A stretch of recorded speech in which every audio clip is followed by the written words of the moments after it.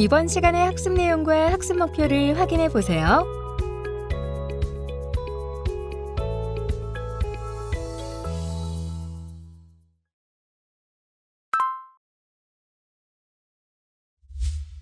이번 차시는 통합자원봉사 지원단의 설치 및 운영에 관한 사항입니다. 저희가 앞서 시간에서 통합자원봉사 지원단에 대한 구성 원칙이라든지 단장과 지원단의 역할, 그리고 사전 단계에서 지원단 운영과 관련된 사항들을 말씀드렸는데요. 이번 차시에는 실제 재난이 발생하는 경우에 지원단이 어떻게 가동되는가, 그리고 어떠한 활동들을 하는가에 대해서 말씀을 나누겠습니다. 예, 보시는 것처럼 자원봉사 지원단에 대한 가동 프로세스인데요. 자원봉사센터 같은 경우 실제 대응을 하기 위해서 지역재난안전대책본부가 설치 운영되는 단계에서 통합자원봉사 지원단에 대한 가동 여부를 결정을 합니다. 그리고 통합자원봉사 지원단이 가동하게 되면은 이후에 활동을 거치고 최종적으로 종료 단계까지 운영이 됩니다. 반면에 지원단의 가동 여부가 결정되지 않는 경우에는 자원봉사 센터를 중심으로 해서 실제 재난 현장에서 자원봉사 지원을 하게 되고요. 이후에 활동 종료 단계로 들어가게 됩니다. 그러다 보니까 이때 통합자원봉사 지원단에 대한 가동 시기 같은 경우는 지역재난안전대책본부의 상황판단회의의 결과가 상당히 중요하게 작용합니다. 하지만 상황판단회의를 통해서만 반드시 결정되는 것은 아니고요. 일정 조건에 부합하는 경우에는 즉시 가동하기도 합니다. 이때의 일정 조건이라고 한다면 지역재난안전대책본부가 협업 기능반 중에서 자원봉사 지원반이 가동되고 자원봉사 활동이 필요하다고 인정하는 경우고요. 또 하나는 지역 자원봉사 센터 자체적으로 대응 역량의 초과가 예상되는 경우에는 이들 지원단에 대한 운영 자체를 즉시 하도록 하고 있습니다. 그 외에도 실제 지대본이 상황 판단 회의를 통해서 지원단에 대한 가동을 결정하는 경우에 고민하는 것들은 첫 번째가 피해 상황에 대한 심각성이라고 하는 것이고요. 두 번째가 이재민에 대한 발생 여부, 즉 재난 피해자의 발생 여부, 그리고 실제 재난이 지속되는 기간, 그리고 재난의 확대 가능성 등으로 인해 가지고 자원봉사 활동에 대한 필요성이 상당히 높은 상황 등을 종합적으로 고려해서 가동 여부를 결정하도록 하고 있습니다. 따라서 통합자원봉사 지원단의 직무 전환을 두 가지 차원으로 살펴보는 것이 필요합니다. 말씀드린 것처럼 지역재난안전대책본부가 지원단을 가동하지 않고 자원봉사 센터 차원에서 재난대응에 투입하는 경우이고요. 하나는 지원단을 가동해서 재난대응에 투입하는 경우입니다.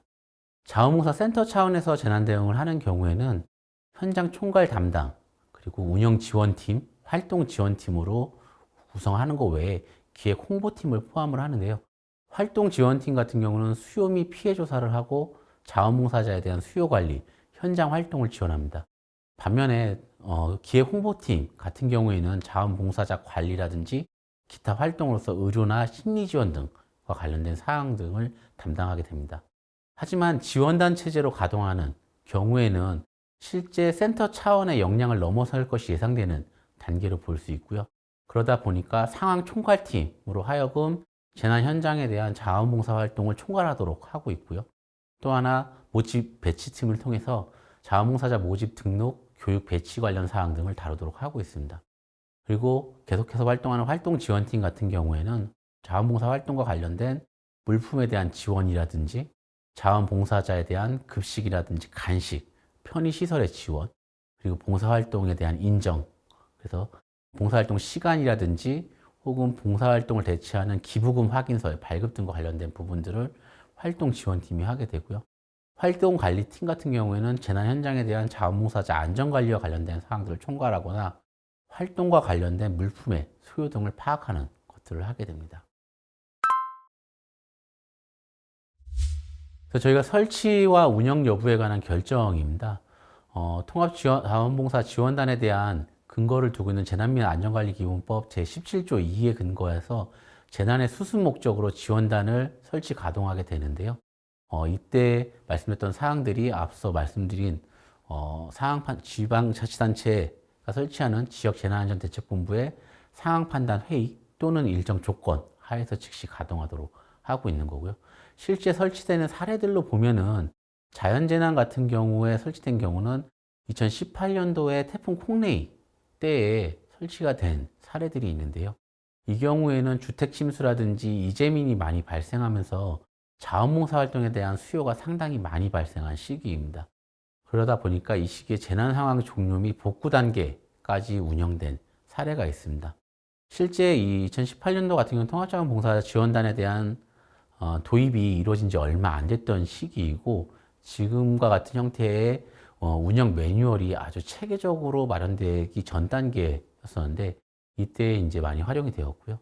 이후에 2020년 8월에 발생했던 집중호우 같은 경우가 실제 통합자원봉사 지원단이 말 그대로의 역량을 발휘했던 시기라고 할 수 있을 것 같은데요. 침수 피해에 대한 이재민이 많이 발생하고 농가 피해가 크면서 자원봉사 활동에 대한 수요가 상당히 많았었습니다. 그래서 이때는 재난 피해 가구뿐만 아니라 농가 피해 가구 안에 대한 지원들까지 이루어지고, 그러다 보니까 자원봉사 활동을 전개하는 과정에서 필요한 다양한 수요나 욕구 등에 대한 반영 등도 있었고, 이러한 것이 이제 최근에 마련된 2022년 매뉴얼에도 반영이 된 것인데요. 어쨌든 상황 발생 즉시 운영을 시작해서 집중호우가 그친 후까지 이루어졌었습니다. 그리고 연이어 발생한 태풍 마이삭이나 하이선으로 인해 가지고 이 자원봉사가 이루어진 경우에는 실제 지원단은 설치되지 않고 자원봉사 센터 차원에서 대응을 한 경우인데요. 이때는 실제 재난 피해 가구나 농가 피해가 생각보다 적어서 자원봉사 활동에 대한 수요가 크지 않은 경우에 반영된 사례입니다. 이런 통합자원봉사 지원단에 관련된 설치는 이런 자연재난과 같이 대규모 재난뿐만 아니라 사회재난과 관련해서도 실제 운영된 바가 있습니다. 그러한 이유는 사회재난이 단일 현장 중심으로 발생하는 어떤 특정한 대형 사건의 차원을 넘어서서 실제 재난으로서의 의미를 지니는 것들 때문인데요. 우리가 많이 기억하고 있는 고성 산불이나 그다음에 제천 화재, 그리고 최근까지 이루어졌던 코로나19 시기에 실제 통합자원봉사 지원단이 운영된 사례가 있습니다. 고성 산불 같은 경우에는 산불 피해로 인해서 이재민이 다수 발생해서 이재민 지원을 위한 자원봉사 활동에 대한 수요가 상당히 많았던 시기입니다. 그래서 상황 발생 즉시 운영이 되면서 현장 중심의 활동이다 보니까 안전 확보가 이루어진 이후에 활동 전개에 들어간 사례이고요. 제천 화재 같은 경우에는 실제 말씀드린 단일 화재로서 상당히 큰 화재이고 붕괴 등 위험으로 인한 사건이었는데요. 이 경우에 이제 자원봉사 활동 수요가 적은 측면이 있었기 때문에 제천 같은 경우에는 지원단을 같은 사회재난이지만 운영하지 않은 경우도 있었습니다.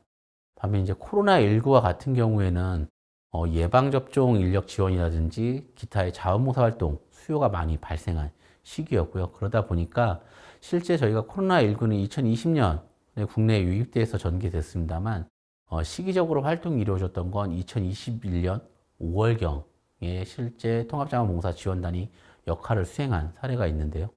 이때는 전염병 감염에 대한 안전 확보가 가능한 시점이었었고요.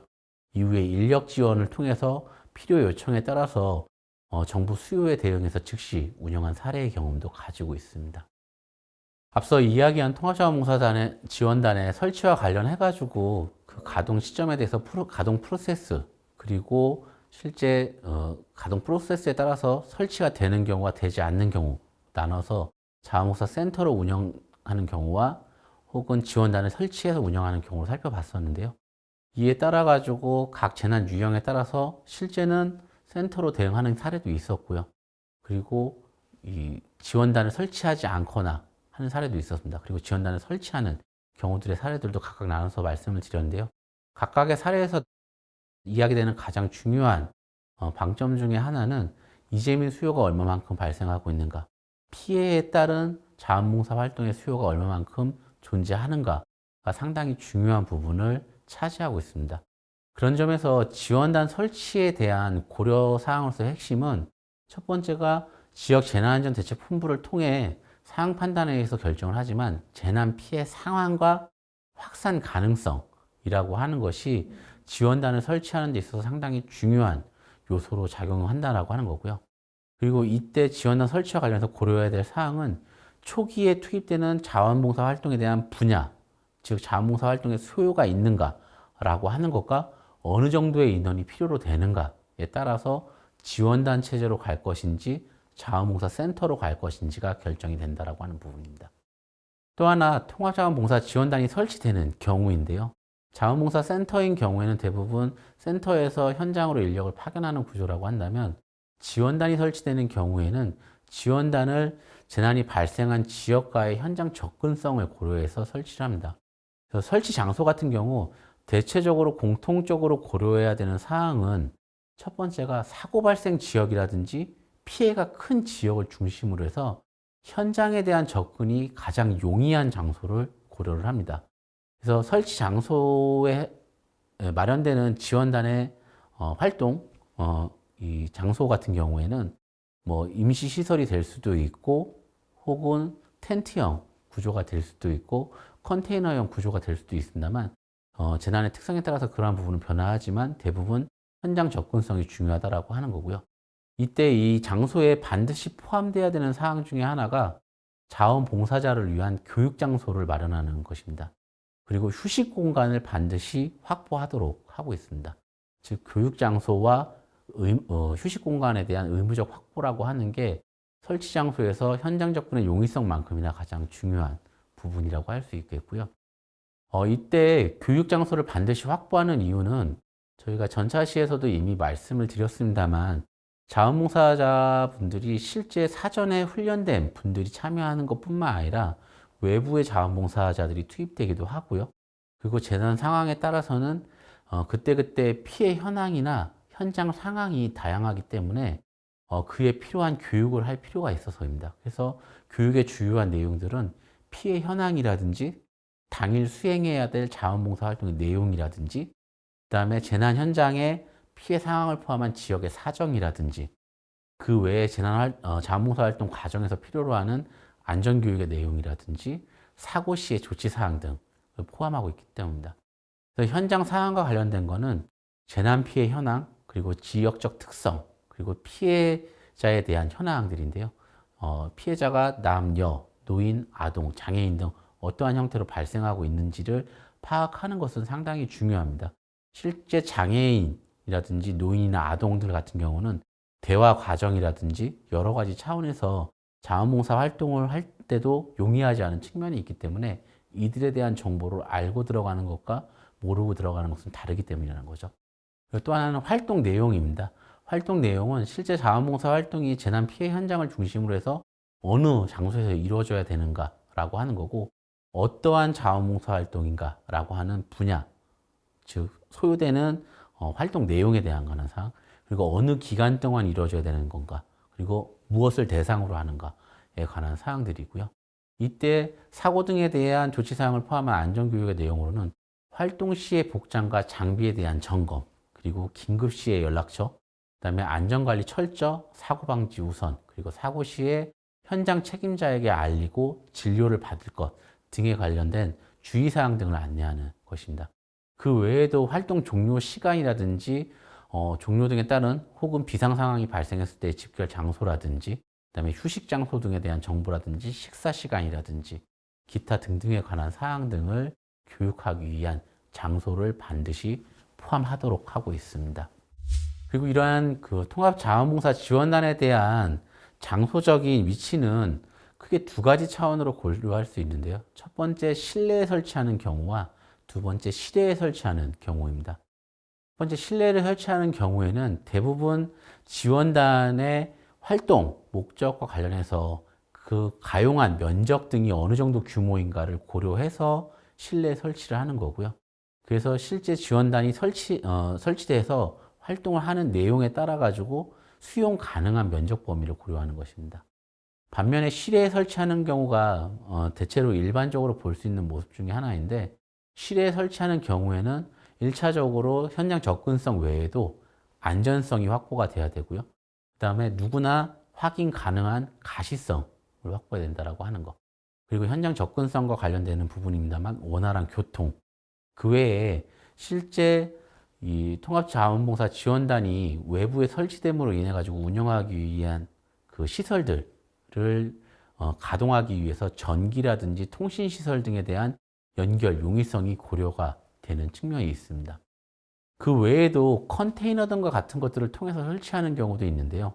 이런 경우는 대부분 상당히 큰 대규모 재난으로 인해 가지고 장기간의 자원봉사 활동이 필요한 경우에 이런 천막이나 텐트를 활용하지 않고 컨테이너 등을 설치하는 경우 등이 있습니다. 이런 경우에도 안전성이 높은 설비를 설치하도록 하고 있는 것이 일반적인 특징입니다. 예, 다음은 통합자원봉사 지원단에 대한 근무조 편성과 관련된 사항인데요. 먼저 인원 배치에 관한 사항입니다. 재난 유형이라든지 혹은 재난의 규모라든지 그리고 평상시 해야 했던 업무 분야 등을 고려해서 통합자원봉사 지원단에 적절한 인원을 배치하도록 하고 있습니다. 그래서 직접적인 지원단 운영 외에도 보조적인 업무를 수행하기 위해서 자원봉사 리더 등을 추가적으로 활용 가능하도록 하고 있고요. 재난 수습 과정이 장기화되는 경우에는 재난이 발생한 지역의 인근 시군구의 자원봉사 센터와 연계해서 교대 운영도 가능하도록 하고 있습니다. 이런 경우에는 물론 광역에 설치하는 광역시도센터 혹은 광역의 자원봉사 지원단 같은 경우가 지원자적 역할을 하도록 하고 있습니다.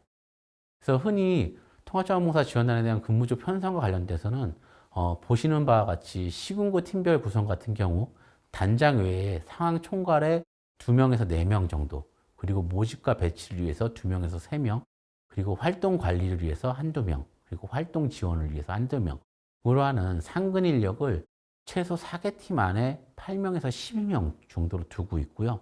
광역자치단체에 설치하는 지원단 같은 경우에는 같은 4개 팀을 운영하고 8명에서 12명으로 운영을 합니다만 내용적 측면에서 봤을 때 단장 1명 외에 상황 총괄에 2~4명을 배치하는 것, 그리고 대외 협력에 1~2명, 그리고 많은 인력은 현장 파견과 관련돼서 포함이 되는데요. 2명에서 4명 정도로 하고 있고요. 활동 지원과 관련해서 1~2명으로 하고 있습니다. 이러한 설치 장소와 팀별 배치를 마치고 나면 운영 단계에 들어가서는 몇 가지 운영 절차를 거쳐서 이루어지는데요.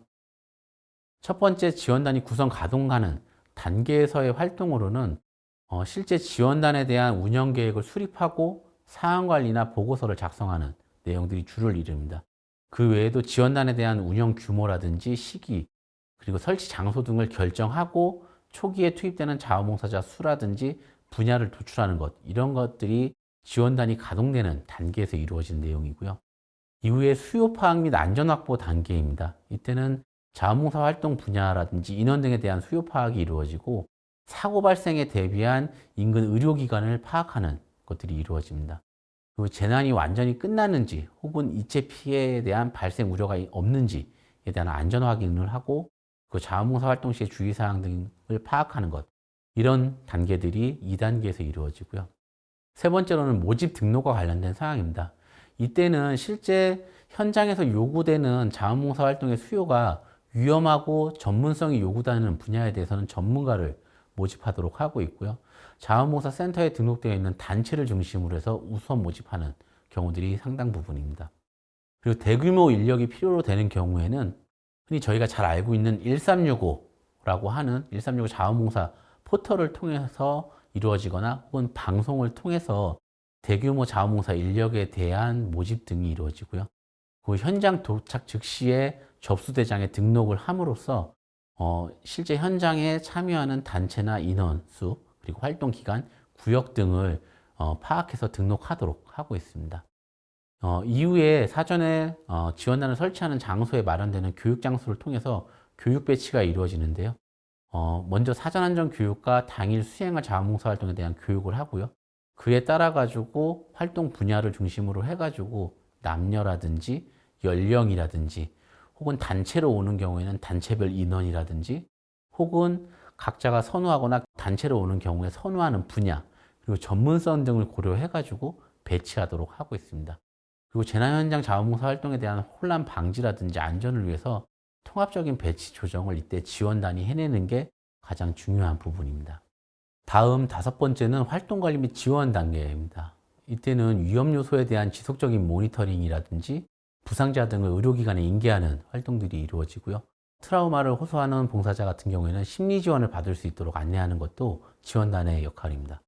그리고 필요한 물품이나 장비 등에 대한 모니터링, 그리고 부족한 경우에는 시군구나 시도, 중앙에 지원을 요청하고 예산 같은 경우에도 필요시에 단장을 통해서 국비라든지 지방비 등에 대한 지원 요청을 할 수 있는 것들이 이 단계에서 이루어집니다.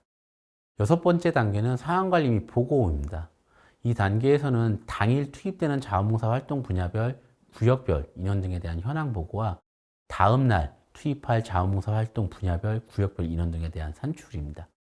사실 이 단계가 중요한 이유 중에 하나는 실제 당일 투입되는 자원봉사자들과 다음 날 투입되는 자원봉사자들이 반드시 같다라고 할 수는 없기 때문에 특히나 이에 대한 기록을 하고 다음 날에 필요로 하는 소요를 파악해서 산출을 하는 것, 이런 것들이 중요한 부분이라고 할 수 있겠습니다. 일곱 번째는 봉사활동에 대한 인정입니다.